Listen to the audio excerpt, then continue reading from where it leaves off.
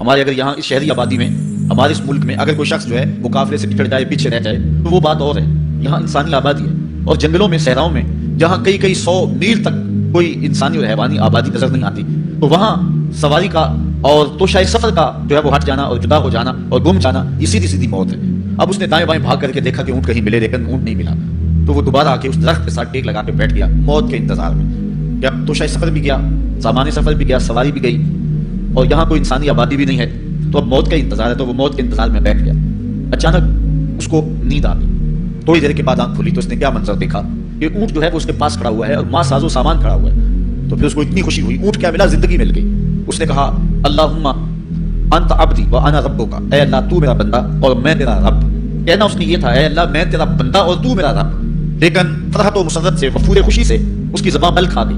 اسے خوشی میں ہوش نہ رہا کہ میں کیا کہہ رہا ہوں. وہ کیا کسی نے کہا تھا کہ جب بھی تیری قربت کے امکان نظر آئے ہم اتنے خوش ہوئے کہ پریشان نظر آئے. یا وہ کسی نے کہا تھا کسی کے آنے سے ایسے ہوش اڑے ساقی کے شراب سیخ پہ ڈالی اور بوتل میں کباب. تو کبھی ایسا بھی ہو جاتا ہے کہ انسان وفور مسرت کے اندر جو کہنا ہوتا ہے اس کے برعکس کوئی بات کہہ دیتا ہے. یہ اس کی خوشی کی انتہا کی کیفیت ہے. تو اس نے کہا اللہم انت عبدی وانا ربک, اے اللہ تو میرا بندہ اور جو ہے وہ میں تیرا رب. یہ جوش مسرت سے یہ بات اس کے منہ سے نکلی. حضور نے صحابہ کو فرمایا صحابہ بتاؤ اس بندے کو کتنی خوشی ہوئی ہے. صحابہ نے عرض کی حضور بہت زیادہ خوشی ہوئی ہے. تو حضور علیہ السلام نے فرمایا جب کوئی بندہ توبہ کر کے مالک کی دہلیز پہ پلٹ آتا ہے اللہ تعالیٰ اس سے بھی زیادہ خوش ہوتا ہے کہ یہ میرا بندہ میری دہلیز پہ آ گیا, یہ توبہ کے دروازے پہ آ گیا. تو اس لیے قیامت سے قبل توبہ کا دروازہ کھلا ہوا ہے لیکن 40 سال قبل توبہ کا دروازہ بند ہوگا. سورج مغرب سے طلوع ہوگا پھر کوئی توبہ کرنا چاہے گا بھی, بلکہ ہر کوئی توبہ کرنا چاہے گا لیکن پھر توبہ جو ہے وہ قبول نہیں ہوگی. اس طرح اور بہت سارے واقعات قیامت سے قبل جو ہیں وہ ظاہر ہوں گے جن کی نشاندہی حضور نبی رحمت صلی اللہ علیہ وسلم نے فرمائی ہے. حضرت حذیفہ بن اسید انصاری رضی اللہ تعالیٰ عنہ فرماتے ہیں کہ حضور تشریف لائے اور ہم کسی امر میں بات کر رہے تھے تو حضور علیہ السلام نے ارشاد فرمایا کہ تم کس چیز کا تذکرہ کر رہے ہو. تو ہم نے عرض کی حضور ہم قیامت کے بارے میں ذکر کر رہے ہیں. تو حضور علیہ السلام نے ارشاد فرمایا کہ قیامت اتنی دیر تک قائم نہیں ہوگی جب تک یہ نشانیاں پوری نہ ہو لیں. ان میں سے ایک حضور نے دھوئیں کا ذکر فرمایا, دوسرا دجال کا تذکرہ کیا, تیسرا دعوت الارض یعنی یاجوج اور ماجوج کا تذکرہ کیا کہ وہ نکلیں گے. اس طرح سورج کا مغرب سے نکلنا اس کا ذکر کیا, حضرت عیسیٰ علیہ السلام کے نزول کا ذکر کیا.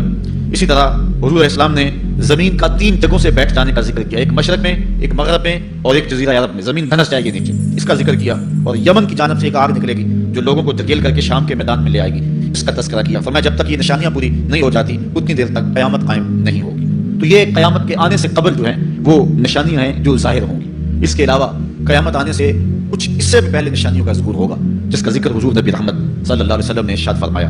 حدیث جبریل اس پہ بہت معروف ہے جس کو حضرت عمر بن خطاب رضی اللہ تعالیٰ عنہ روایت کرتے ہیں. آقا کریم علیہ السلام کی خدمت میں کہتے ہیں ہم حاضر تھے کہ ایک شخص آیا کہ جس کے سیاہ کالے بال تھے اور سفید رنگ کا اس نے لباس پہنا ہوا تھا. اہل مدینہ سے وہ تھا نہیں اور اس کے چہرے پر لباس پر بشرے پر آثار سفر بھی ظاہر نہیں تھے. اگر مقامی ہوتا تو ہم جانتے ہوتے اور اگر باہر سے آیا ہوتا تو اس کے چہرے پر لباس پر جو ہے وہ سفر کے آثار ہوتے. اس زمانے میں اس طرح کے سفر تو نہیں تھے آسانی اور سہولت والے, تو جو بھی سفر کر کے دور سے آتا تو اس کا چہرہ بتاتا یہ مسافر ہے. تو کہا مسافر لگتا نہیں تھا اور اہل مدینہ سے تھا نہیں. ہم پریشان تھے کہ یہ کون ہے, لیکن وہ آیا اور حضور علیہ السلام کی خدمت میں اپنے زانوں بچھا کر کے بیٹھ گیا. فاسند رکبتیہ الی رکبتیہ, اپنے دونوں گھٹنے اس نے حضور علیہ السلام کے گھٹنوں سے جوڑے اور حضور کی خدمت میں یوں ادب سے بیٹھ گیا. پھر اس نے حضور علیہ السلام سے اسلام کے بارے میں پوچھا. حضور علیہ السلام نے جواب دیا. پھر اس نے کہا بالکل آپ نے سچ فرمایا ہے. ہم حیران ہوئے, خود ہی سوال کرتا ہے خود ہی تصدیق کرتا ہے. پھر اس نے حضور سے ایمان کے بارے میں پوچھا. حضور نے کچھ ارشاد فرمایا ایمان یہ ہے. اس نے کہا بالکل صدقہ, آپ نے سچ کہا ہے. تو ہم پھر حیران ہوئے کہ خود ہی یہ سوال پوچھ رہا ہے اور خود ہی اس کی تائید کر رہا ہے. پھر اس نے احسان کے بارے میں پوچھا تو حضور علیہ السلام نے اس کو جواب دیا کہ احسان یہ ہے کہ اللہ کی عبادت اس طرح کرے کہ تو اسے دیکھ رہا ہے, اور اگر یہ کیفیت نہیں ہے تو کم از کم یہ کیفیت پیدا کر لے کہ وہ تجھے دیکھ رہا ہے. اس نے کہا آپ نے سچ کہا. پھر اس کے بعد اس نے کہا مجھے اب قیامت کے بارے میں بتائیں. حضور علیہ السلام نے فرمایا جو ہے وہ مسئول سائل سے عالم نہیں ہے. تو اس نے کہا اچھا پھر مجھے قیامت کی کچھ نشانیاں بیان فرما دیں. تو حضور علیہ السلام نے اس شخص کو جو نشانیاں بیان فرمائیں وہ یہ تھی کہ لونڈی اپنی مالکہ کو جنم دے گی.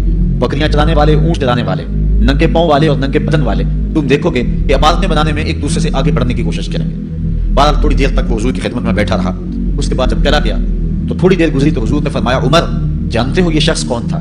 عرض کی اللہ و رسول عالم, اللہ اس کا رسول جانتا ہے. فرمایا کہ جبریل امین تھا جو تمہیں تمہارا دین سکھانے کے لیے آیا تھا. تو حضرت جبریل امین نے آ کر کے حضور سے جو 4 سوالات کیے ان میں سے ایک سوال یہ تھا قیامت کب آئے گی اور قیامت کی نشانیاں کیا ہیں. حضور نے یہ نشانیاں بیان فرمائیں کہ لونڈی اپنی مالکہ کو جنم دے گی, اور یہ نشانیاں اب ہمارے سامنے ہے کہ آج اولادیں اپنے جو ہے وہ ماں باپ کی آقا بنی ہوئی ہے، بیٹی آج ماں کی حکمران بنی ہوئی ہے. یہ دور جس کی نشاندہی کی وہ بالکل آج ہمارے سامنے ہے. حضرت ابو ہریرہ رضی اللہ تعالیٰ عنہ سے ایک روایت ہے، اس کو نبی رحمت صلی اللہ علیہ وآلہ وسلم سے وہ بیان کرتے ہیں. بینما النبی صلی اللہ علیہ وسلم یحدث اذ جاء اعرابی فقال متی الساعة. حضرت ابو ہریرہ فرماتے ہیں کہ ہم حضور کی خدمت میں بیٹھے ہوئے تھے، ایک شخص حاضر ہوا، اس نے حضور سے کہا کہ حضور قیامت کب آئے گی؟ یہ سوال کیا، متی الساعة، قیامت کب آئے گی؟ آقا کریم علیہ السلام نے اس کو جواب دیا، اذا ضیعت الامانہ فانتظر الساعة. جب امانت کو ضائع کر دیا گیا تو سمجھ لے قیامت آ گئی. جب امانت کو ضائع کر دیا جائے گا تو سمجھ لے قیامت آ گئی ہے. قال کیف اضاعتها. عرض کی حضور امانت کو ضائع کرنا کیا مفہوم رکھتا ہے، اس کا مطلب کیا ہے؟ تشریح پوچھی حضور سے تو حضور علیہ السلام نے جو جواب دیا وہ سماعت کیجیے. قال اذا وسط الامر الى غیر اهله فانتظر الساعة. فرمایا جب معاملات نااہل لوگوں کے سپرد کر دیے جائیں تو سمجھ لے کہ قیامت آ گئی. جب مسندوں کے اوپر مسندوں کے حقدار نہیں ہوں گے، جب زاغوں کے تصرف میں عقابوں کا نشیمن آ جائے گا، جب تخت و تاج کے مالک غدار، بے دین اور نااہل لوگ ہوں گے، جب تخت و تاج کی حکمرانی اور مسلح و امامت کے مسند کے اوپر بیٹھنے والے بھی نااہل ہوں گے، تو پھر سمجھ لینا کہ قیامت جو ہے وہ ظاہر ہو رہی ہے اور قیامت کا پھر انتظار کرنا. آج جس زمانے سے ہم گزر رہے ہیں، ہم ذرا نظر اٹھا کر کے دیکھیں کہ جس بھی منصب پر ہم کسی شخص کو دیکھتے ہیں، الا ماشاءاللہ کثیر تعداد یہی ہے کہ نااہل لوگ جو ہیں وہ عالی مرتبت مناصب کے اوپر بیٹھے ہوئے ہیں، جو کہ ان کے حقوق کو اور ان کے انتظام کو بھی نہیں جانتے، جو اس مسند کے تقاضوں سے بھی آگاہ نہیں ہیں، وہ بھی اس مسند کے اوپر بیٹھے ہوئے ہیں. ایک زمانہ تھا، یہ ہمارے بچپن کی کہانی ہے، ایک مرتبہ اسمبلی میں بحث ہوئی آبپاشی کے بارے میں کہ فصلوں تک معقول پانی نہیں پہنچتا اور جو ہے وہ فصل اچھے طریقے سے جو ہے وہ نہیں اگ پا رہی اور ہمارا ملک زرعی ملک ہے، تو اس کے بارے میں سوچا جائے. تو بہرحال اس میں جب بحث شروع ہوئی تو ایک رکن اسمبلی اٹھا، اس نے کہا کہ پہلی بات تو یہ ہے کہ فصلوں تک پانی پہنچتا ہی نہیں ہے، اور دوسری بات یہ ہے جو پہنچتا بھی ہے وہ بھی راستے میں جو بجلی والے ہیں وہ بجلی نکال لیتے ہیں. اب وہ بجلی نکل چکی ہوتی ہے پانی سے، وہ خالی پانی جو ہے وہ فصلوں کو کیا کرے گا؟ تو جب نااہل لوگ ایسی مسندوں کے اوپر اور ایسے مناصب کے اوپر بیٹھے ہوئے ہوں گے اور ہم لوگ ان کو منتخب کرتے ہیں تو پھر آپ قیامت کا انتظار کیجئے، پھر قیامت آنے میں کوئی دیر نہیں ہے. تو حضور علیہ السلام نے 2 لفظوں کے اندر قیامت کے بارے میں یہ بات ارشاد فرما لی. یہ میں نے آپ کو اپنے بچپن کی کہانی سنائی ہے، لیکن اس دور کی کوئی یہ کہانی ہو تو میں آپ کے سامنے رکھوں. اس دور میں تو جو عالی مرتبت مناصب کے اوپر بیٹھے ہوئے انہیں سورہ فاتحہ تک نہیں آتی، سورہ اخلاص تک نہیں آتی ہے. تو اب بتاؤ کہ یہ قیامت کے قرب کی علامت ہے کہ نہیں ہے؟ آپ دیکھیں جس تخت پہ بھی، جس تاج پہ بھی اور جس مسند اور منصب پہ بھی جو موجود ہے، کیا وہ اس کا حق ادا کر سکتا ہے یا اس کی اہلیت رکھتا ہے؟ وہ کیا کسی شاعر نے کہا تھا کہ ہر شاخ پہ الو بیٹھا ہے انجام گلستان کیا ہوگا، اور رومی نے اپنے زمانے میں کہا تھا کہ سگ وزیر و گرگ میرو موشرا دربان شود این رکان سلطنت ملک را ویران شود. یہ ایک دردناک کہانی ہے، لیکن قیامت کی نشانیوں کے حوالے سے آپ اس بات کو سمجھیں اور حضور علیہ السلام کے فرمان کی روشنی کے اندر ہم اپنے حالات کا جائزہ لیں. حضرت انس رضی اللہ تعالی عنہ سے ایک روایت ہے، کہتے ہیں سمیعت رسول اللہ صلی اللہ علیہ وسلم یقول، میں نے حضور علیہ السلام کو فرماتے ہوئے سنا ہے. یہ حضرت انس رضی اللہ تعالیٰ عنہ وہ صحابی ہیں جنہوں نے 10 سال تک حضور کی نوکری کی ہے، اور کہتے ہیں 10 سال میں ایک بار بھی ایسا نہیں ہوا کہ حضور نے مجھے اف بھی کہا ہو. کہتے ہیں کبھی ایسا ہوتا کہ میرے ہاتھ سے کوئی برتن ٹوٹ جاتا، ازواج مطہرات جو ہیں وہ اس پہ ناراض ہونے لگتی تو حضور علیہ السلام روک دیتے، فرماتی سے کچھ نہ کہو، اس برتن کی عمر اتنی لکھی ہوئی تھی، یہ اتنے عرصے کے لیے ہی پیدا کیا گیا تھا. تو آقا کریم علیہ السلام نے جو ہے وہ ازواج مطہرات کو بھی روکا کہ وہ مجھے جھڑکے نہ. ختم تو رسول اللہ صلی اللہ علیہ وآلہ وسلم 10 سنین، میں نے پورے 10 سال حضور کی نوکری کی ہے. بلکہ جب آپ کہیں گے کہ حضور کے خادم کا نام کیا ہے، سارے صحابی حضور کے خادم ہیں، لیکن نام حضرت انس رضی اللہ تعالیٰ عنہ کو کہے گا، یہ حضور علیہ السلام کے خادم خاص ہیں اور حضور سے بہت ساری باتیں انہوں نے سنی ہیں. تو ان باتوں میں سے ایک بات کہتے ہیں سمیعت رسول اللہ صلی اللہ علیہ وسلم یقول، میں نے رسول کریم صلی اللہ علیہ وسلم کو کہتے ہوئے سنا، ان من اشراط الساعۃ ان یرفع العلم، قیامت کی نشانیوں میں سے ایک نشانی یہ ہے کہ علم اٹھا لیا جائے گا، جہالت پھیل جائے گی، علم اٹھا لیا جائے گا. آج لفظ زیادہ ہو گئے، انفارمیشن زیادہ ہو گئی، لیکن جس کو علم کہا جاتا ہے، جو مومن کے سینے کا جمال اور نور ہے، آج وہ اٹھا لیا گیا ہے. آج لوگ کہتے ہیں جی جتنا علم آج ہے اتنا علم پہلے تو نہیں تھا. آج کوئی غزالی دکھاؤ، کوئی رازی دکھاؤ، کوئی رومی دکھاؤ، کوئی احمد بن حنبل جیسا شخص دکھاؤ، کوئی محمد بن حسن شیبانی جیسا شخص دکھاؤ، کوئی امام ابو حنیفہ کے نالین کی خاک جیسا شخص بھی دکھاؤ. تو یہ ایک غلط بات ہے کہ جی پہلے زمانے میں اتنا علم نہیں ہوتا تھا، اب علم بہت زیادہ ہو گیا، علم بہت زیادہ پھیل گیا. علم نہیں پھیلا ہے، یہ چند معلومات ہیں، انفارمیشن کا دور ہے اور خبریں ہیں. جو علم ہے، جو کہ مومن کے سینے کا جمال ہے اور باطن کا نور ہے، جو زندگی کی راہوں کو اجالتا ہے اور زمانے کو مالک کی تحریر کے قریب کرتا ہے اور انسان کو انسانیت سکھاتا ہے، وہ علم جو ہے وہ اٹھتا چلا جا رہا ہے. اور حضور سے پوچھا گیا کہ حضور علم سینوں سے اچک لیا جائے گا، سینوں سے کھینچ لیا جائے گا؟ فرمایا نہیں، علماء اٹھا لیے جائیں گے. جب علماء فوت ہو جائیں گے تو ان کی جگہ اس درجے کے لوگ نہیں آئیں گے، پھر زوال پذیر سلسلے ہوتے چلے جائیں گے، علم اٹھا لیا جائے گا. جب سینے علم سے خالی ہو جائیں گے تو پھر قیامت آ جائے گی. اس لیے حضور علیہ السلام کا فرمان ہے، کائنات کی ہر شے علماء کی زندگی کی دعائیں مانگتی ہے. حتی الحیتان فی البحر، یہاں تک کہ سمندروں اور دریاؤں کے اندر مچھلیاں بھی علماء کی زندگی کی دعائیں مانگتی ہیں. انہیں پتا ہے علماء ہیں تو کائنات ماضی وجود میں آئی تو موجود رہے گی، اگر علماء نہیں ہوں گے تو کائنات جو ہے وہ بالکل قیامت کا شکار ہو جائے گی. تو پہلی چیز حضور نے ارشاد فرمایا ان یرفع العلم، علم اٹھا لیا جائے گا، اور یکثر الجہل، اور جہالت عام ہو جائے گی. علم کی جگہ جو ہے وہ جہالت عام ہو جائے گی. آج علماء نہیں رہے ہیں، آج ہم جو ہے وہ انحصار کرنے لگے ہیں چند ٹیلی ویژن چینلوں پہ. اور اس کا نتیجہ کیا ہے کہ مختلف چینلز کے اوپر بیٹھے بہت سارے لوگ گمراہی پھیلا رہے ہیں. یہ ایک الگ داستان ہے، ایک الگ کہانی ہے کہ کس طرح سے علم کا گلا گھونٹا جا رہا ہے اور کس طرح جو ہے وہ لوگوں کو گمراہ کیا جا رہا ہے. یہ جہالت کی کثرت ہے. اور تیسری بات جو حضور نے ارشاد فرمائی وَيَكْثُرَ الزِّنَا، زنا عام ہو جائے گا. نظر کا زنا یہ تو اس زمانے کے اندر برا رہا ہی نہیں ہے، لوگ اس میں کوئی آر ہی نہیں سمجھتے. کسی کی بہن اور بیٹی کو دیکھنا اور اپنی آنکھوں کو شہوات سے بھرنا یہ بندہ محسوس ہی نہیں کرتا ہے. حضور علیہ السلام نے ارشاد فرمایا من زنا زنیا بہی ولو بہیتان دارہ، جس نے زنا کیا یہ عمل اس کے گھر بھی لوٹے گا اگرچہ وہ اپنی دیواریں اونچی اونچی کیوں نہیں کر لیتا. اگر آج کوئی کسی کی بہن بیٹی پر اپنی نظروں کو غلیظ کرتا ہے تو وہ یہ کیسے کہہ سکتا ہے کہ میری بہن اور میری بیٹی کسی کی گندی نظروں کا شکار نہیں ہوگی. یہ مقافات عمل ہے. گندم از گندم پرویت جو سے جو از مقافات عمل غافل مشو. اس لیے بدکاری پھیل جائے گی، نظر کی بدکاری اور ہر طرح کی بدکاری. اور یہ اتنا برا اور کبھی کام ہے کہ اللہ تعالیٰ جل شانہ نے قرآن مجید میں اسے کھلی بے حیائی قرار دیا ہے. آج میڈیا کے ذریعے، آج انٹرنیٹ کے ذریعے اور یہ جو موبائل پیکج کی مصیبت نکلی ہے اس سے معاشرے کا امن خراب ہو گیا اور معاشرے کے اندر حیا کا جوہر جو ہے وہ لوٹ لیا گیا ہے. اپنی نسلوں کی حفاظت کریں، ان کے ہاتھوں سے جو ہے وہ ناول چھینیں اور ان کے ہاتھوں سے جو ہے وہ اس طرح کی مخرب اخلاق سیڈیز چھین لیں اور ان کے ہاتھوں میں اللہ کا قرآن دیں اور رسول کریم علیہ السلام کی احادیث تھمائیں اور ان کو راہ حق کا مسافر بنائیں. یہ ذمہ داری ہے والدین کی. کل قیامت کے دن ایک عورت 4 مردوں کو جہنم میں لے جائے گی. عرض کیا گیا وہ کیسے؟ فرمایا ایک عورت کو حکم ہوگا جہنم کا تو وہ عرض کرے گی مالک میرے باپ کو بلایا جائے. باپ کو بلایا جائے گا، یا اللہ یہ میرا باپ ہے، میں اس کی بیٹی، میری تربیت کا جوہر اس کے ہاتھ میں تھا، آج جن بدکاریوں اور گناہوں کے سبب جہنم میں جا رہی ہوں اس کا ذمہ دار یہ ہے. وہ باپ جس نے اپنی بیٹی کو سب کچھ دیا، اپنی اولاد کی تعلیم کے لیے اپنے پلاٹ بیچ دیے، جائیدادیں فروخت کر دی، نہیں دیا تو دین نہیں دیا. کل قیامت کے دن وہ اللہ کے حضور کیا جواب دے گا؟ ارشاد ہوگا اسے بھی پکڑو، اس کے باپ کو بھی پکڑو، جہنم میں لے جاؤ. عرض کرے گی نہیں مالک میرے بھائی کو بلایا جائے. بھائی کو بلایا جائے گا، مالک یہ میرا بھائی ہے، میں اس کی غیرت تھی، میں جن راہوں پہ چل کر کے تیرے عطاب اور تیرے قہر و غضب کی حقدار بنی اس کا ذمہ دار یہ ہے. اگر یہ مجھے روکتا، اپنی آبرو کی حفاظت کرتا، اپنی ناموس کا پہرا دیتا تو میں ان راستوں کی مسافر کیسے بنتی؟ میری خرابی کا ذمہ دار یہ ہے. اب وہ بھائی کیا جواب دے گا جو چوکوں اور موڑوں پہ کھڑا ہو کے آنے اور جانے والی بہنوں اور بیٹیوں کو دیکھتا ہے اور یہ سمجھتا ہے کہ میری بہنیں اور میری بیٹیاں گھر میں محفوظ ہیں؟ وہ قیامت کے دن کیا جواب دے گا؟ ارشاد ہوگا اسے بھی پکڑو، اس کے باپ کو بھی پکڑو، بھائی کو بھی پکڑو، جہنم میں لے جاؤ. عرض کرے گی نہیں مالک میرے شوہر کو بھی بلایا جائے. بلایا جائے گا، مالک یہ میرا شوہر ہے اور میں اس کی بیوی، میری تربیت کا جوہر ماں باپ کے بعد اس کے ہاتھ میں تھا اور اس کے پاس طلاق کی دھمکی ایسی چیز تھی، مجھے جو چاہتا منواتا اور جس انداز میں ڈھالنا چاہتا مجھے ڈھال لیتا، لیکن اس نے مجھے کبھی راہ حق کی طرف نہیں بلایا تھا. وہ شوہر کیا جواب دے گا جو خود اپنے دوستوں کو چائے پہ بلا کے اور اپنی بیوی کو سامنے برہنہ منہ بٹھا کے بعد میں اس کے حسن کی داد مانگتا ہو بتاؤ بھابی کیسی ہے؟ تو وہ کیا جواب دے گا قیامت کے دن؟ ارشاد ہوگا اس کو بھی پکڑو، اس کے باپ کو بھی، اس کے شوہر کو بھی اور اس کے بھائی کو بھی جہنم میں لے جاؤ. عرض کرے گی نہیں مالک میرے بیٹے کو بھی بلایا جائے. بیٹے کو بلایا جائے گا، مالک یہ میرا بیٹا ہے، میں اس کی ماں ہوں، میرے سینے میں اس کے لیے تڑپتی ہوئی ممتا تو نے رکھی تھی، یہ روٹ جاتا تو زندگی اجاڑ ہو جاتی. جو بھی چاہتا ضد کر کے منوا لیتا. مجھے کسی کے گھر کے برتن بھی مانجنے پڑے تو میں نے اس سے بھی گریز نہیں کیا، اس کی ہر فرمائش کو پورا کیا، اپنا زیور بیچ کے اس کی تعلیم مکمل کروائی. اگر یہ ضد کرتا کہ امی آپ نماز نہیں پڑھتی، میں آپ کے ہاتھ کا کھانا نہیں کھاؤں گا، امی آپ یہ عمل کیوں کرتی ہیں، یہ شریعت میں جائز نہیں ہے، تو میں جو ہے وہ کھانا نہیں کھاؤں گا، تو کیا میری ممتا مجبور نہ ہو جاتی؟ اس نے ساری زندگی کیا مجھے اس کے بارے میں کوئی کہا تھا، نیکی کی طرف بلایا تھا، بدی سے روکا تھا.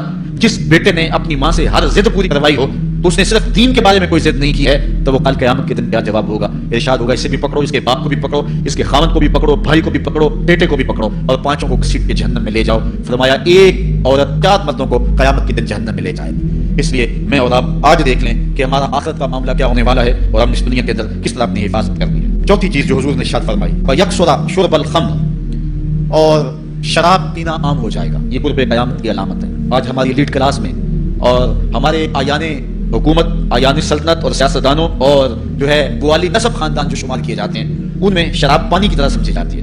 اور آج ہمارے ملک کے اندر جو ہے وہ کتنے شراب خانے موجود ہیں اور کتنے ٹنوں کے حساب سے جو ہے وہ بیرون ملک سے شراب درآمد کی جاتی ہے. یہ قرب قیامت کی نشانی ہے کہ شراب عام ہو جائے گی. ایک روایت میں آتا ہے شارب الخمر کعابد الوثن، شراب پینے والا بت پوجنے والے کی طرح.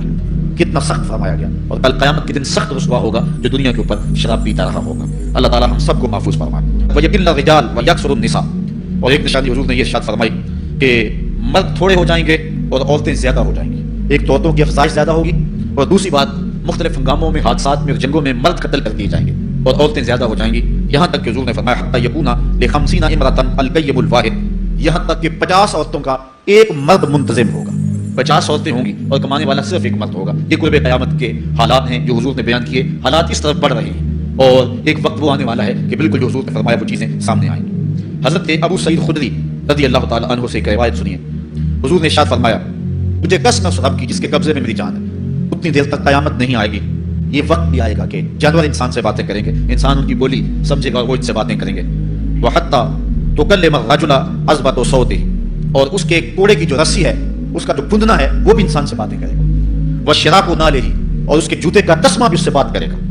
یخبر فاخذہ بما احدث اہلہ بعدہ، اس کا گھٹنا اس کو بتا دے گا اس کے بعد میں اس کے گھر والوں نے جو باتیں کی ہیں۔ یہ حالات پیدا ہو جائیں گے۔ آج موبائل اور جدید ٹیکنالوجی آ رہی ہے تو اس بات کو سمجھنا مشکل نہیں ہے۔ اس زمانے کے اندر جبکہ ان چیزوں کا تصور بھی نہیں تھا، صحابہ نے پھر بھی یقین کیا کہ ہوگا، حضور نے کہا ہے اور آگے بیان کیا، اور آج تو حالات نظر آ رہے ہیں، بالکل جو حضور نے بتایا وہ سب کچھ جو ہے وہ ہونے والا ہے۔ حضرت ابو ہریرہ رضی اللہ تعالی عنہ سے ایک روایت ہے، یہ وہ صحابی ہیں جنہوں نے سب سے زیادہ حضور علیہ السلام کے فرامین امت تک پہنچائے ہیں، کثرت کے ساتھ حضور کی صحبت کا دور پایا اور اصحاب صفہ میں سے تھے، زندگی کا ایک لمحہ حضور کی قربت میں گزارا۔ حضرت ابو ہریرہ رضی اللہ تعالیٰ عنہ فرماتے ہیں کہ رسول کریم صلی اللہ علیہ وسلم نے ارشاد فرمایا اذا اتخذ الفیء دیولا، جب مال غنیمت کو، جب سرکاری خزانے کو اپنی ذاتی دولت سمجھا جائے گا، اس میں تصرف کیا جانے لگے گا، سرکاری خزانے میں لوگ جس طرح چاہیں گے تصرف کریں گے، ایک زمانہ آئے گا اور وہ دیکھ لو بالکل ہمارے سامنے۔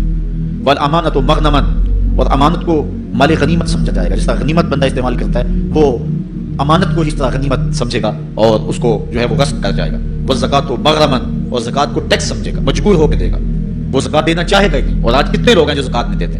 اگر لوگ صحیح طور پہ زکوٰۃ ادا کر دیں اور زکوٰۃ کے جو حقدار ہیں ان تک پہنچے تو پاکستان میں صرف 1-2 سالوں کے اندر غربت ختم ہو جائے۔ اتنی دولتیں ہیں لوگوں کے پاس، اتنی جائیدادیں ہیں لوگوں کے پاس، ایک تو سارے لوگ زکوٰۃ ادا نہیں کرتے، دوسرا یہ ہے حقداروں تک نہیں پہنچتی۔ پیشہ ور مانگنے والے اور اس موسم کے اندر جو ہے وہ اپنے آپ کو غریب ظاہر کر کے اور مختلف اپنی مجبوریاں ظاہر کر کے مال ہتھیانے والے بہت سارے ہیں، اور زکوٰۃ دینے والا کہتا ہے میں جلدی جلدی فارغ ہو جاؤں۔ جتنی محنت مال کو کمانے میں صرف کی ہے، اتنی ہی محنت حقداروں کو تلاش کرنے کے لیے بھی کرے تاکہ اس کی زکوٰۃ اصل مصارف تک پہنچے۔ تو قرب قیامت میں یہ ہوگا کہ زکوٰۃ کو ٹیکس جانا جائے گا۔ وتعلم لغیر الدین، اور علم دین کے لیے حاصل نہیں کیا جائے گا، دین کے علاوہ کے لیے حاصل کیا جائے گا۔ اس کے 2-3 مفاہیم ہیں۔ ایک تو مفہوم ہے کہ علم دین حاصل کرنا لوگ چھوڑ دیں گے، وہ انجینئر، ڈاکٹر اور کیا کچھ بننے کے لیے جو ہے وہ علم حاصل کریں گے۔ نام خدمت انسانی ہی ہے کہ میں یہ سب کچھ کر کے اپنے وطن کی خدمت کروں گا، انسانیت کی خدمت کروں گا، لیکن بعد میں جب مسجدوں پہ بیٹھتے ہیں جو حال کرتے ہیں وہ کسی سے مخفی نہیں ہے۔ مسیحا پھر کس روپ کے اندر آتا ہے اور کس طرح قوم کو دونوں ہاتھوں سے لوٹتا ہے، یہ قرب قیامت کی نشانی ہے۔ ہر بندہ جو ہے وہ علم تعلیم حاصل اچھا انسان بننے کے لیے نہیں، پاک کردار شخص بننے کے لیے نہیں، اچھا مومن بننے کے لیے نہیں، صالح فرد بننے کے لیے نہیں، بلکہ کمائی کرنے کے لیے، زیادہ زیادہ پیسے کمانے کے لیے وہ علم حاصل کرے گا۔ اور دوسری بات کہ جو دین کا علم بھی حاصل کریں گے وہ بھی غرض و غایت جو ہے وہ اپنی چھوڑ دیں گے جس مقصد کے لیے جو ہے وہ علم حاصل کیا جاتا ہے۔ اور یہ قرب قیامت کی نشانی جو حضور نے بیان کی یہ بھی ہم اپنے زمانے میں دیکھ رہے ہیں۔ وَأَطَاعَ الرَّجُلُ امْرَأَتَهُ، اور آدمی اپنی بیوی کی اطاعت کرے گا، جو بیوی کہے گی وہ مانے گا۔ وَأَقَّى أُمَّهُ، اور ماں کو آپ کر دے گا، ماں کی پرواہ نہیں کرے گا، ماں کی نافرمانی کرے گا، بیوی کی بات کو ترجیح دے گا اور ماں کی بات جو ہے اس کو ثانوی حیثیت دے گا۔ بہت بدبخت تو ایسے ہیں کہ جو ماں باپ کو ویسے ہی تقیانوسی کا تانا دے کے کہتے ہیں تمہیں تو پتہ ہی نہیں کسی بات کا دنیا کہاں چلی گئی، اور ان کی کسی بات کو، کسی مشورے کو اور کسی حکم کو کوئی ترجیح نہیں دیتے۔ لیکن جب بیوی اور ماں دونوں کا حکم مقابلے میں آ جائے تو اس وقت وہ بیوی کے حکم کو ترجیح دیں گے۔ یہ قرب قیامت کی علامت ہے جو کہ ہم واضح طور پہ اپنے معاشرے میں دیکھ رہے ہیں۔ وَأَدْنَىٰ صَدِيقَهُ وَأَقْصَىٰ أَبَاهُ، دوست قریب ہوں گے، باپ دور ہوگا، دوستوں کو قربت دی جائے گی، ان کے ساتھ بیٹھنا اٹھنا بھی ہوگا، کھانا پینا بھی ہوگا، گپ شپ بھی ہوگی۔ دوست ایک بیل دے تو بندہ دوڑا جائے گا دوست کی پکار پہ، لیکن ماں باپ جو مرضی کہیں تو ماں باپ کی بات کو کوئی ترجیح نہیں دی جائے گی۔ یہ قرب قیامت کی نشانیوں میں سے ایک نشانی ہے، اور اس وجہ سے آج لوگ محروم ہو گئے ہیں اور گھروں میں برکت نہیں رہی۔ ماں باپ اگر کچھ کہیں، کوئی چیز لانے کے لیے بھی کہیں تو بچہ 100 بہانے کرتا ہے اور دوست کی پکار پہ لبیک کہتا ہوا بھاگ اٹھتا ہے۔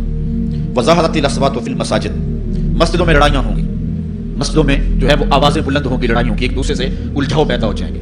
آج ہماری مسجدوں میں پنکھا بند کرنے سے لڑائیاں شروع ہو جاتی ہیں۔ یہ بالکل آپ کے قریب ایک شہر میں ہوا ہے، ایک آدمی قتل ہو گیا صرف اس معاملے میں کہ وہ ایک کہہ رہا تھا کہ لائٹ بند کر دو، اور دوسرے نے کہا کہ میں نماز پڑھ رہا ہوں تم نے مجھے دیکھا نہیں، اور اس بات پہ لڑائی شروع ہوئی تاکہ فائرنگ تک نوبت پہنچی اور ایک آدمی جو ہے وہ قتل ہو گیا، آپ نے اخبارات میں پڑھا ہوگا۔ تو اس طرح مسجدوں کے اندر جو ہے وہ لڑائیاں شروع ہو جائیں گی، یہ قرب قیامت کی نشانی ہے۔ فساد القبیلۃ فاسقھم، قبیلے کا سردار سب سے فاسق اور بدتر شخص ہوگا، خاندان کا، قبیلے کا، برادری کا وہی سربراہ ہوگا، وہی قائد ہوگا، وہی لیڈر ہوگا، وہی پنچ ہوگا جو جتنا بڑا گنڈا اور جتنا بڑا بدماش ہے اس کو ہی جو ہے وہ سرپرستی جائے گی۔ شرافت نام کی چیز ہی باقی نہیں رہے گی. شرافت کے بل بوتے پہ آگے نہ کوئی سیاست میں آ سکے گا، نہ کوئی خاندان میں آگے آ سکے گا. بلکہ اب تو حال ہی ہوا کہ اب ہماری محافل اور آراس کے اندر بھی جو مہمان خصوصی رکھے جاتے ہیں وہ بھی اس اعتبار سے نہیں رکھے جاتے کہ متقی شخص تلاش کرو جس کو مسند صدارت پہ اٹھایا جائے، جس کو مہمان خصوصی رکھا جائے. اس میں بھی یہ دیکھا جاتا ہے کہ کس کا اثر معاشرے کے اندر زیادہ ہے، چاہے وہ اثر رسوخ اس نے منشیات فروخت کر کے حاصل کیا ہو، کس کی دولت زیادہ ہے، چاہے اس نے وہ دولت لوگوں کا خون نچوڑ کے حاصل کی ہو، وہی مہمان خصوصی ہوتا ہے محفل نعت میں. چونکہ وہ پیسے زیادہ پھینک سکتا ہے، اور ایک غریب آدمی جو کہ تہجد کی نماز پڑھنے کا بھی عادی ہے، اس کو چوتیوں پہ جگہ ملتی ہے. اس کا قصور صرف یہ ہے کہ وہ غریب ہے اور اس کے پاس حرام کی کمائی نہیں ہے. یہ حضور علیہ السلام نے نشانی فرمائی اور جو آج ہم اپنی آنکھوں سے دیکھ رہے ہیں. وساد القبیلہ فاسقہم، قبیلے کا سردار جو ہے وہ بدتر اور فاسق شخص ہوگا. وکان عظیم القوم ارذلہم، اور قوم کا جو سردار ہوگا وہ قوم کا کمینہ ترین شخص ہوگا. یعنی قوم کا جو سب سے کمینہ شخص ہوگا وہ سب سے اونچی والی مسند پہ بیٹھا ہوگا. اور آپ دیکھ لیں صرف پاکستان میں نہیں پوری دنیا پہ دیکھ لیں، ایسا نہیں دیکھ رہے ہم کہ جو بدبخت ہے، جو کمینہ ترین شخص ہے، فلک نے بخشی ہے انہیں خواجگی جو جانتے نہیں روش بندہ پروری کیا ہے، جن کو اپنے نفع نقصان کا بھی نہیں پتا، اپنے آپ کا بھی شعور نہیں ہے ہم کون ہیں، کس لیے آئے ہیں، جو مقصد حیات سے بھی آگاہ نہیں ہے. تو وہ قوم کے سردار ہوں گے، سیاسی تنظیمیں ہوں یا دیگر تنظیمات ہوں. اللہ ماشاء اللہ اکثر حال یہی ہے جو اللہ کے محبوب علیہ السلام نے بیان فرمایا، جہاں کہیں بھی شرافت، نجابت اور اچھے لوگوں کو برتری ہے، آہستہ آہستہ وہ کم ہوتی چلی جائے گی. اور یہی ہوگا سارے کا سارا نظام جب قیامت آئے گی. تو یہی ہوگا کہ جتنا برا شخص ہوگا، جتنا کرپٹ شخص ہوگا، جتنا ظالم شخص ہوگا، جتنا ڈاکو لٹیرا اور انتہائی کمینہ صرف شخص ہوگا، وہی جو ہے وہ قوموں کا سردار ہوگا. وَأُكْرِمَ الرَّجُلُ مَخَافَةَ شَرِّهِ، اور آدمی کی عزت اس کی شر سے بچنے کے لیے کی جائے گی. فلاں بندے سے اگر تعلقات قائم نہ رکھے تو ہمیں نقصان پہنچائے گا. آج 10 نمبر کا گنڈا بھی ہو تو لوگ اس سے تعلق ضرور استوار رکھتے ہیں، یہ فخر سمجھتے ہیں. آج کل افطار پارٹیاں ہو رہی ہیں اور اس میں ان کو بلایا جاتا ہے دعوت افطار پر جنہوں نے روزے نہیں رکھے ہوئے. یہ افطار پارٹیاں نہیں ہیں، یہ ایک تماشا ہے جو لگایا جاتا ہے. اس لیے یہ ایک مزاج ہوگا قرب قیامت میں جس کا بیان حضور علیہ السلام نے کیا. جبکہ ہم ہر روز یہ اللہ سے وعدہ کرتے ہیں وَنَخْلَوْ وَنَتْرُكُ مَن يَفْجُرُ، دعائے قنوت میں کہتے ہیں اے اللہ جو تیرے حکموں کو توڑتا ہے ہمارا اس سے کوئی تعلق نہیں ہوگا. یہ روز عہد کرتے ہیں لیکن مسجد سے نکل کے عہد کو توڑ دیتے ہیں، بلکہ بہت سارے تو مسجد کے اندر ہی توڑ دیتے ہیں. وَظَهَرَتِ الْكَيْنَاتُ وَالْمَعَازِفُ، اور گانے والی اور بجانے والی عورتیں اور گیت گانے والی عورتیں، رنڈیاں، یہ جو ہیں وہ گانا شروع کر دیں گی اور یہ عام ہو جائے گا. اب تو حد ہو گئی کہ مذہب کے نام سے بھی یہ سب کچھ ہو رہا ہے. یہ شام کلندر کے نام سے جو پورے ملک کے اندر ایک جو ہے تقریب شروع ہوئی ہے، اس میں جو ہے ان عورتوں کو بلایا جاتا ہے اور لکھا ہوتا ہے باقاعدہ اشتہاروں کے اوپر کہ فلاں جو ہے وہ گانے والی آئے گی اور وہ جو ہے وہ اپنا کلام پیش کرے گی. اور یہ مذہب کے نام پہ ہو رہا ہے. اور حد یہ ہو گئی کہ یہ بڑھتا ہی چلا جا رہا ہے. اس کو روکنے کی مربوط کوششیں بھی نہیں ہوئی، لیکن ایک ایسا عمل تھا کہ جس کو ہر صاحب شخص برا سمجھتا ہے، لیکن اس کے باوجود یہ پھیلتا چلا جا رہا ہے. اور جو کچھ معاشرے میں ہو رہا ہے وہ حضور علیہ السلام نے پہلے نشاندہی کی. وَشُرِبَتِ الْخُمُورُ، اور شرابیں پی جائیں گی، رنڈیاں ناچیں گی، گانے گائیں گی اور شرابیں پی جائیں گی. وَلَعَنَ آخِرُ هَٰذِهِ الْأُمَّةِ أَوَّلَهَا، اس امت کے بعد میں آنے والے لوگ پہلے گزروں پر لعنت کریں گے. کہیں انہیں تو پتہ ہی نہیں ہے. پاکستان کے اندر باقاعدہ آرٹیکل چھپے اخبارات میں کہ محمد بن قاسم جو ہے وہ ڈاکو تھا، سلطان محمود غزنوی لٹیرا تھا. یہ مضامین شائع ہوئے. صحابہ کو گالیاں نہیں دی جا رہی. کتنے لوگ ہیں جو صحابہ کو برا بھلا کہتے ہیں. اور حضور علیہ السلام کے والدین طیب ہیں جن کی وساطت سے یہ درے اور گوہر شہباز ہمیں نصیب ہوا، ان والدین کو ممبروں پہ بیٹھ کے کیا جہنمی نہیں کہا جاتا؟ تو یہ وہ زمانہ کیا امام حسین کو باغی نہیں کہا جا رہا؟ پہلے لوگ اندر داخل ہو کے کرتے تھے اور کتابچے چھاپتے تھے، اب آہستہ آہستہ ممبروں پہ بھی آ گیا اور یہ بات کہی جانے لگی ہے. اس پر باقاعدہ اجتماعات منعقد ہوتے ہیں، اس پہ کہا جاتا ہے. ایک ٹی وی چینل کے اوپر یزید کو جو ہے رحمۃ اللہ تعالی علیہ کہا گیا کیا کچھ نہیں ہوا. یہ سب کچھ آپ کے سامنے ہے. یہ حضور نے بیان فرمایا یہ ہونا تھا. آقا کریم علیہ السلام نے ارشاد فرمایا وہ وقت آئے گا کہ جو آخر والے ہوں گے وہ سمجھیں گے کہ ہم جو ہے وہ دیندار ہیں، ہمیں دین کا ٹھیکہ ہے، اور پچھلوں پر لعنت بھیجیں گے. انہیں کیا پتا تھا دین کا؟ آج پچھلوں کے عقائد پر حملے ہو رہے ہیں اور انہیں مشرک کہا جا رہا ہے. میں نے ایک دن کہا تھا یہ بڑے زور سے کہا جاتا ہے جو یا رسول اللہ وہ مشرک ہو جاتا ہے. میں نے کہا دیکھو اس فتوے کا اثر کہاں تک جاتا ہے.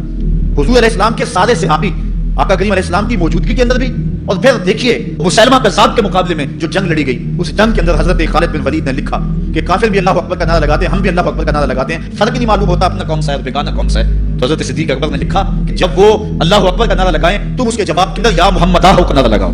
وَقَانَ شِعَارُ الْمُسْلِمِينَ يَوْمَئِذٍ يَا مُحَمَّدُ آہو، اس دن مسلمانوں کا شعار یہ تھا جو یا محمد یا رسول اللہ کہتا تھا وہی مومن مانا جاتا تھا، باقی کو تحریک کر دیا جاتا تھا. تو اگر یا رسول اللہ کہنا شرک ہے تو پھر سارے صحابی 10,000 صحابہ جو جگہ امامہ میں شامل تھے ان کے بارے میں پھر کیا کہو گے؟ پھر حضرت زین العابدین کے بارے میں کیا کہو گے جو کربلا کے میدان میں مدینے کی طرف منہ کر کے کہہ رہے ہیں یا رحمت للعالمین ادرک لزین العابدین؟ پھر حضرت زینب کے بارے میں کیا کہو گے؟ یا محمد آہو یا محمد آہو ھذا حسین مزمل بالدماء، جو کربلا میں کھڑا ہو کے کہہ رہی ہیں اے میرے نانا حضور اے محمد ربی آپ کے حسین کو دیکھو خون میں نہا گیا ہوا ہے. تو پھر کیا یہ فتویٰ تمہارا کہاں تک پہنچے گا؟ نہ صحابہ بچیں گے، نہ اہل بیت بچیں گے، اور نہ اولیاء بچیں گے جنہوں نے کہا تھا یا رسول اللہ انظر لنا یا حبیب اللہ اسمع لنا. تو یہ قیامت کی نشانیاں ہیں کہ اگلے جو ہیں وہ پچھلوں پر لعنت پہ بھیجیں گے، ان کو برا بھلا کہیں گے، صحابہ کو گالیاں، اہل بیت کو گالیاں. نواسب میں کیا کچھ نہیں کیا ہے، اور آج بھی جو دنیا کے اوپر ناس نہیں ہے وہ اہل بیت کے بارے میں میں کیا کیا زبان استعمال نہیں کرتے, حضور کے والدین کے بارے کیا کچھ نہیں کہا جاتا. تو یہ سب کچھ ہونے والا ہے جو حضور علیہ السلام نے بیان کیا, کچھ ہو رہا ہے اور کچھ تم دیکھو گے اپنی آنکھوں کے سامنے. پھر ارشاد فرمایا فَارْتَقِبُوا عِنْدَ ذَلِكَ رِيحًا حَمْرَاءَ وَزَلْزَلَةً وَخَسْفًا وَمَسْخًا وَقَذْفًا وَآيَاتٍ تُتَابِعُ وَنِظَامٍ قُطِعَ سِلْكُهُ فَتُتَابِعُ. فرمایا کہ پھر جب یہ حالات ہوں گے اور یہ پوری طرح حالات معاشرے میں پیدا ہو جائیں گے تو پھر سرخ آندیاں آئیں گی, پھر انتظار کرنا سرخ آندیوں کا, وَزَلْزَلَةً اور زلزلے کا انتظار کرنا, وَخَسْفًا وَمَسْخًا وَقَذْفًا اور دھنسنے کا انتظار کرنا, اوپر سے پتھروں کے نازل ہونے کا, شکلوں کے بگڑنے کا انتظار کرنا. اور آگے فرمایا وآیات اور ایسی نشانیاں آئیں گی ایک دوسرے کے پیچھے آئیں گے, جس طرح تسبیح کا دھاگا ٹوٹ جائے تو پیدل پہ اس کے دانے گرتے ہیں, تو یہ سارے عذاب جن کا ذکر حضور نے کیا میں مسلسل اوپر نیچے یہ تمہارے تک پہنچیں گے. حضرت انس رضی اللہ تعالیٰ عنہ سے ایک روایت لیتے ہیں, حضور علیہ السلام نے ارشاد فرمایا لا تقوم الساعة حتى يتقارب الزمان فتكون السنة كالشهر والشهر كالجمعة وتكون الجمعة كاليوم ويكون اليوم كالساعة وتكون الساعة كالدامة بالنار. فرمایا جب قیامت آئے گی اتنی دیر تک قائم نہیں ہو سکتی جب تک زمانے مختصر نہیں ہو جائیں گے, زمانے سمٹ نہیں جائیں گے, حتیٰ کہ سال مہینے جتنا ہو جائے گا, اور مہینہ ایک جمعۃ المبارک جتنا ہو جائے گا, اور ایک جمعہ ایک دن جتنا ہو جائے گا, اور ایک دن ایک گھڑی جیسا ہو جائے گا, اور ایک گھڑی ایسے ہوگی جس طرح آگ کا شعلہ جلایا اور وہ بجھ گیا. اور آج آپ دیکھ نہیں رہے کہ دن کتنی جلدی گزرتا. اسی زمانے میں ہم گرمیوں کی چھٹیاں کاٹتے تھے تو گزرتی نہیں ہوتی تھی گرمیوں کی چھٹیاں, لیکن آج آپ دیکھیں دوپہر نہیں گزرتی ہوتی تھی. رمضان المبارک گرمیوں کے روزے جب ہمارے بچپن میں آئے تھے تو دوپہر نہیں گزرتی ہوتی تھی, لیکن آج وہی گرمیاں ہیں, لیکن ادھر سے شروع ہوتا ہے ادھر سے غروب ہو جاتا ہے. وقت سمٹ گئے, زمانے سمٹ گئے, اور یہ قرب قیامت کی نشانیاں ہیں. خرابی اتنی زیادہ ہوگی, حضور نے ارشاد فرمایا حضرت ابو ہریرہ سے ہے, آدمی گزرے گا اور ایک پرانی سی قبر دیکھے گا اور کہے گا وَيَقُولُ يَا لَيْتَنِي كُنْتُ مَكَانَ صَاحِبِ هَذَا الْقَبْرِ وَلَيْسَ بِهِ الدِّينُ إِلَّا الْبَلَاءُ. فرمایا انسان قبر کے قریب سے گزرے گا تو گزرتے ہوئے وہ ٹھنڈی آ بھر کے کہے گا کاش کہ اس قبر کا مکین میں ہوتا, اور فرمایا دین سوائے آزمائش کے اور کچھ نہیں رہ جائے گا. یہ قرب قیامت کی وہ نشانیاں ہیں جو حضور علیہ السلام نے بیان کی. ایک اور نشانی حضور علیہ السلام نے بیان فرمائی کہ قرب قیامت کے اندر دین کا کام بھی درہم و دینار سے ہوگا. اس کے دو مفاہیم ہیں. ایک مفہوم تو یہ ہے کہ دین کا کام کرنے والے بھی پیسے ٹکے کے بغیر جو ہے وہ ایک قدم نہیں چلیں گے. کیا آج 2-3 لاکھ روپے نعت پڑھنے کے نعت وصول ہم سے نہیں کر رہے, اور آج جو ہے وہ کیا دین کوڑیوں کے عوض بیچا نہیں جا رہا. آج گھر نکلنے سے قبل طے نہیں کیا جاتا کتنے آپ دو گے, کتنے واپسی پہ دو گے, اور کتنے اوپر نچھاور کرو گے. دین کیا کوڑیوں کے عوض اور پیسے کے عوض بیچا نہیں جا رہا. ایک اس کا مفہوم یہ ہے, اور دوسرا مفہوم اس کا یہ ہے قرب قیامت میں اگر کوئی دین کا کام کرنا بھی چاہے گا تو درہم و دینار کے بغیر نہیں ہو سکے گا. یعنی اس کو ضرورت ہوگی کہ میرے پاس مال ہو, حالات ہوں, اور میں دین کا کام کروں. اگر اس کے پاس حالات نہیں ہوں گے تو دین کا کام اس کے لیے کرنا مشکل ہو جائے گا. جس طرح کسی زمانے میں علماء درگت کی چھاؤں میں بیٹھ کے اور لوگ ان کے پاس بھی آ گئے, کوئی وسائل کی ضرورت نہیں تھی, وہ پڑھا سکتے تھے, لوگ بیٹھ گئے. امام محمد بن حسن الشیبانی جب پڑھانے بیٹھے تو آپ کی مجلس میں جو لوگ آ کے سیکھتے تھے وہ تعداد ان کی تو بہت ساری تھی, لیکن جو باقاعدہ آپ کی باتوں کو لکھتے تھے وہ 4000 لوگ تھے. 4000 کلمے اور تواتیں حضرت امام محمد بن حسن الشیبانی کی مجلس کے اندر پڑھی ہوا کرتی تھی. اور باقی جو لوگ تھے حضرت غوث اعظم سیدنا شیخ عبد القادر جیلانی علیہ الرحمہ, آپ جب تشریف لائے ملا علی قاری نے نزہۃ الخاطر الفاطر فی مناقب شیخ عبد القادر میں لکھا ہے کہ آپ کی ایک مجلس کے اندر 70,000 لوگوں کا اجتماع ہوا کرتا. آج تھوڑے لوگ اکٹھے ہو جائیں تو ہم خوش بھی ہوتے اور حیران بھی ہوتے ہیں, کتنے لوگ اکٹھے ہو گئے. میاں ضرورت ہے لوگوں کی کہ وہ دین سیکھیں, وہ جائیں ایسی مجالس کے اندر, لیکن لوگ سمٹ جائیں گے, نہیں جائیں گے. وسائل کی ضرورت ہوگی. وہ برگد کے درخت کے نیچے بیٹھ کر کے بھی لوگ جو ہے وہ علم کا چراغ روشن کرتے تھے. جب لارڈ میکالے نے نصاب تعلیم مرتب کیا اور درس نظامی کو اور جو ہے عصری علوم کو الگ کر دیا تو یہ علماء ہی تھے کہ جنہوں نے برگد کے درخت کے نیچے, پیپل کے درخت کے نیچے بیٹھ کر کے علم کے چراغ کو روشن رکھا. لیکن آج اگر تم ایسا کرنا چاہو گے تو کیا ممکن ہوگا کہ اس چراغ کو تم روشن رکھ لو؟ آج وسائل کی بہر صورت ضرورت ہے. اور آج سے صدیوں قبل علماء نے یہ فتویٰ دیا تھا کہ صدقہ کرنا, زکوٰۃ ادا کرنا یا دیگر امور خیر میں خرچ کرنا بڑا نیکی کا کام ہے. لیکن سب سے بڑا نیکی کا کام اس دور کے اندر آج سے قبل علماء نے فتویٰ دیا تھا کہ دین کے طالب علموں پہ خرچ کرنا ہے. ان پہ اگر خرچ کریں گے تو یہ وہ ایک ایسا موقع ہے کہ جس سے آپ جو ہے وہ حقدار تک حق بھی پہنچا لیں گے اور اس سے دین کو بھی تقویت ہو.